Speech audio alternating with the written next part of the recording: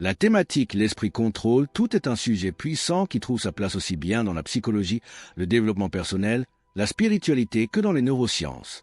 Elle repose sur une idée fondamentale. Notre réalité est largement déterminée par nos pensées, croyances, états d'esprit. Pourquoi ce sujet est essentiel? L'homme devient ce qu'il pense toute la journée. Ralph Waldo Emerson. Chaque action que nous posons part d'une pensée. Nos résultats, réussite, échec, bonheur, souffrance découlent d'une programmation mentale. Si tu contrôles ton esprit, tu contrôles ta vie. Sinon, ce sont les circonstances extérieures ou tes automatismes qui décident pour toi. 2. L'esprit comme origine de toute chose. Pensée, émotion, action, résultat. Une pensée négative provoque une émotion de peur, action d'évitement, résultat médiocre. À l'inverse, une pensée de confiance génère une émotion d'assurance, action audacieuse, résultat positif. La pensée est une activité mentale, un processus par lequel notre esprit génère des idées, des images, des jugements, des souvenirs ou des réflexions. Elle peut être consciente quand tu réfléchis volontairement à quelque chose. Inconsciente, quand une idée surgit soudainement sans que tu l'aies appelée. 2. Les différentes formes de pensée. Pensée rationnelle, logique. Exemple, résoudre un problème de maths, planifier un projet. Pensée émotionnelle. Exemple, je sens qu'il me juge, je ne me sens pas à la hauteur. C'est pensée créative. Exemple, imaginer un roman, une entreprise, une solution originale. Pensées automatiques. Ce sont les pensées qui surgissent sans effort, souvent issues du passé ou de notre environnement. Souvent négatives si on ne les filtre pas. 3. Origine des pensées. Les pensées viennent de plusieurs sources. Tes expériences passées, ton éducation, tes croyances, souvent inconscientes, ton environnement, famille, médias, amis, etc. Ton état émotionnel du moment. Exemple, si tu as été critiqué enfant, tu peux avoir des pensées de doute face à la réussite, même adulte. 4. La pensée, une vibration, une énergie. Certains auteurs comme Joseph Murphy, Napoléon Hill ou Esther Hicks expliquent que chaque pensée émet une fréquence, une énergie qui attire à elle des circonstances en résonance avec cette fréquence. Une pensée de peur attire d'autres expériences de peur. Une pensée de confiance attire des opportunités. 5. Pourquoi la pensée est si puissante? Parce que elle déclenche les émotions, ce que tu ressens. Elle déclenche les actions, ce que tu fais. Et donc, elle crée les résultats, ce que tu vis. La pensée est le point de départ de tout dans ta vie. La pensée est la graine invisible qui crée les fruits visibles de ta vie. Contrôle tes pensées et tu contrôles ton destin. Le subconscient comme programmateur silencieux. Il enregistre et reproduit nos croyances les plus profondes. 95% de nos décisions viennent du subconscient, selon des études en neurosciences. Le subconscient est la partie de ton esprit qui enregistre, stocke et pilote la majorité de tes comportements, émotions et réactions sans que tu en aies conscience. Il est comme un disque dur ou un pilote automatique qui influence tes choix, tes habitudes, tes peurs, sans que tu t'en rendes compte. 2. Différence entre conscient et subconscient. Aspect esprit conscient, esprit subconscient. Pourcent de contrôle environ 5%, environ 95%. Fonction analyse, raisonnement, volonté habitude, émotion, mémoire profonde. Vitesse lent, logique ultra rapide, automatique. Exemple, tu décides de manger sain, tu finis par grignoter sans y penser. Le conscient décide. Le subconscient exécute. 3. Que contient le subconscient?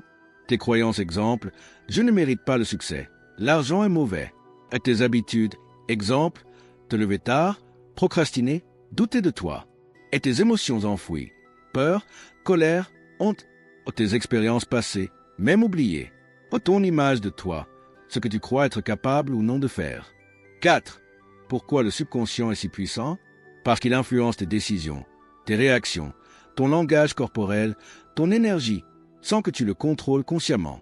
Si tu veux changer durablement ta vie, tu dois reprogrammer ton subconscient, pas seulement te motiver temporairement. 5. Comment reprogrammer son subconscient? 1. La répétition. Ce que tu répètes souvent devient une croyance subconsciente. Affirmation quotidienne, mantra, pensée positive. 2. La visualisation. Ton subconscient réagit aux images mentales fortes et aux émotions. Visualise-toi en train de réussir, de parler avec aisance, d'atteindre ton objectif. 3. L'autosuggestion. Émile Coué. Formule positive simple et répétée chaque jour. Chaque jour, à tous points de vue, Je vais de mieux en mieux. 4. Les émotions. Oh, le subconscient est très sensible à l'émotion. Plus tu ressens, plus tu intègres. Ton subconscient est comme un jardin. Il fait pousser ce que tu y plantes. Sème Y la peur, tu récolteras l'échec. Sème Y la foi et la confiance, tu récolteras la réussite. Le subconscient, ton vrai patron invisible. 3. L'effet miroir de la réalité. La vie reflète l'état d'esprit. Et tu attires ce que tu es, pas ce que tu veux. Les personnes avec une mentalité de victime attirent souvent des situations de souffrance. Celles avec un esprit victorieux créent des opportunités, même en temps de crise. 4 exercices pratiques pour prendre le contrôle de son esprit. Exercice 1. Le journal des pensées. Chaque soir, note 3 pensées récurrentes de la journée. Analyse si elles t'ont aidé ou freiné. Objectif. Repérer et transformer les pensées limitantes. Exercice 2. L'autosuggestion positive. À la Émile Coué. Répète matin et soir. Chaque jour, à tout ce point de vue, je vais de mieux en mieux. Le cerveau ne fait pas la différence entre le réel et l'imaginaire.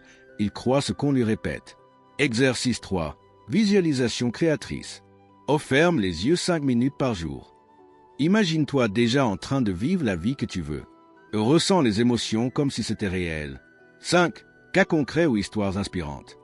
Jim Carrey a écrit un chèque de 10 millions de dollars à son nom avant d'être célèbre et l'a encaissé des années plus tard. Mohamed Ali, je suis le plus grand. Il le disait avant même de l'être, jusqu'à ce que ça devienne vrai. Nelson Mandela, son esprit est resté libre même enfermé 27 ans. C'est ce mental qui a fait de lui un leader mondial. 6. Ton esprit est ton arme la plus puissante. Sois conscient de tes pensées comme tu le serais de ton alimentation. Ce que tu nourris dans ton esprit deviendra ta réalité. Change ton esprit et tu changeras ta vie. L'esprit contrôle tout, le secret de ceux qui réussissent. Tu es ce que tu penses. Comment maîtriser ton esprit pour réussir? Change tes pensées. Change ta vie. Tu veux changer ta vie? Commence par changer ce qui se passe dans ta tête. Chaque pensée est une graine. Chaque émotion est un message. Ton subconscient, c'est le moteur silencieux de ton destin. Alors ne laisse plus ton esprit fonctionner en pilote automatique. Reprends le contrôle. Programme ton succès. Abonne-toi dès maintenant à l'art de réussir, parce que chaque vidéo t'aide à reprendre le pouvoir sur ta vie, un pas à la fois. Au like, si tu veux nourrir ton esprit de force.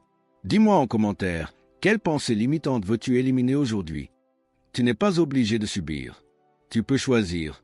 Et ça commence maintenant.